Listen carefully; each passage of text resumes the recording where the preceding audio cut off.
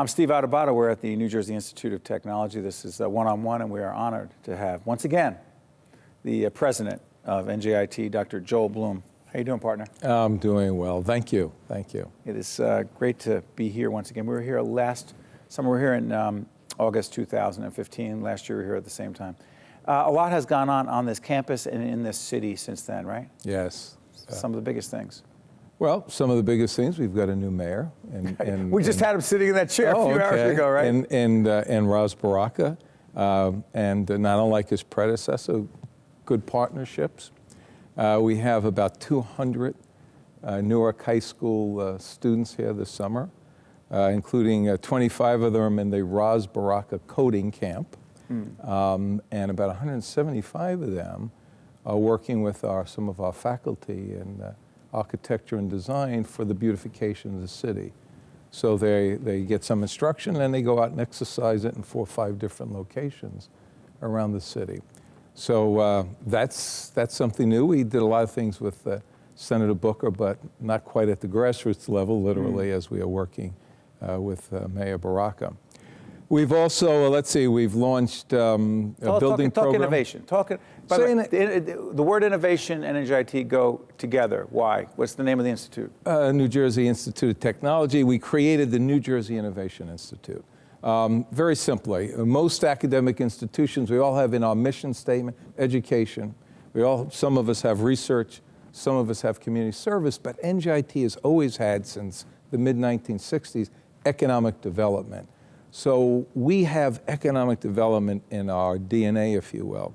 And to operationalize that, we have incubators. As you know, we have 95 incubator companies. Tell folks what that means. I'm not sure everyone knows. Incubator says it's a startup company, mostly in the technology science area. They come here, they reside in buildings that we own on this campus.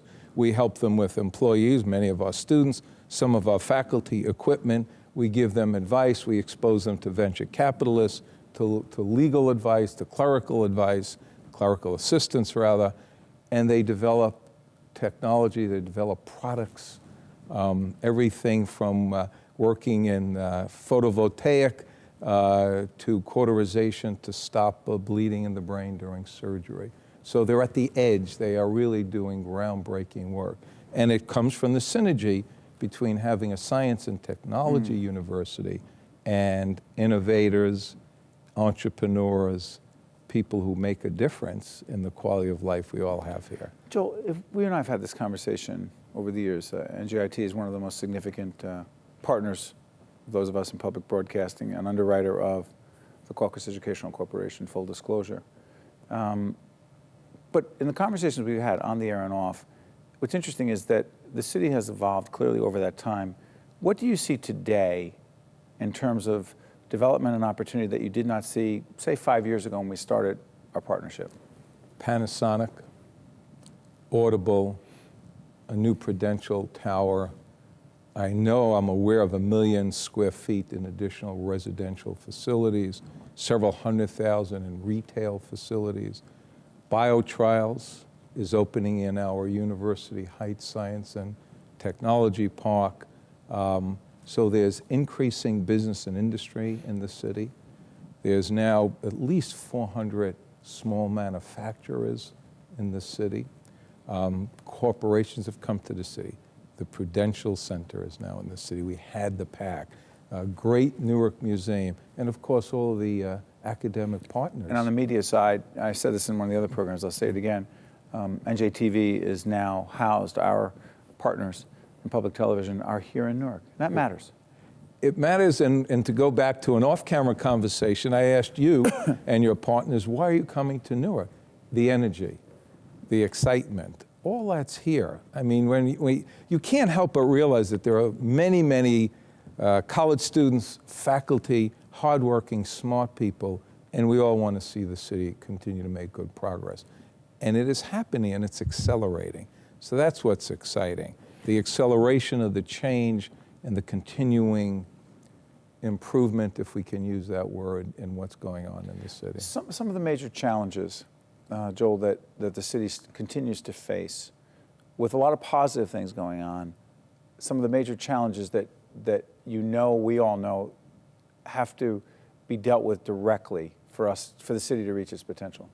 So obviously, the one that always comes up when you talk to people outside of the city, safety and security. So, you know, we talked about the mayor. One of the first things the mayor did was open Precinct 1, right? That's right here in the Central Ward. Very important message that he sent. For those who don't know, the Central Ward is, in fact, in the downtown, the heart of the city of Newark, so go ahead.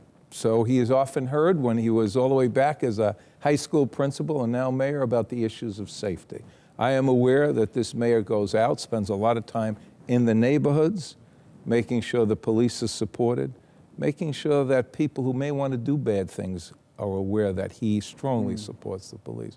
So he has made a very physical and visible effort to make sure that the city is safe and secure, and it is. It is. We have seen a significant outpouring of our students walking around the city, spending more time in the city, and more students who are graduating from here and living in the city. Staying in the city. Stay on the higher ed piece. NJIT is part of a group of higher ed institutions that are really the lifeblood of the city. The others are right across the street, Rutgers, Newark, Essex County College, Seton Hall, right, University Law School. RBHS, Rutgers Biomedical and Health Sciences. Berkeley is here as well. Berkeley's here in the city. The idea that these higher ed institutions are here, Yeah. what could it mean long term? You've been talking about this for years. Well, what it means long term is you got a critical mass for change. People in higher ed are used to change. We deal with it sometimes hourly. So one, you've got a critical mass for change. You've got a critical mass of hardworking people, intelligent people. You've got a population that is interested in residing closer to their place of work. Cities are, I grew up in a city, so they're dynamic, high energy, a lot to offer. As you probably know, the place that more and more people are retiring are to college towns. That's right. To be around the energy and the activity and the events of the college town. So this is a college town.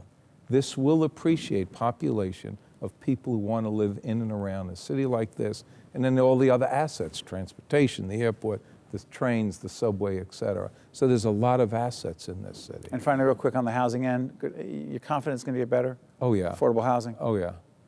Well, we're in the bit of the housing business, so absolutely. Just a little bit. Just a little bit of the housing. And an expanding role, a little early to unveil, but we'll be increasing our role in housing here in the city. Can we come back and have that conversation? Absolutely.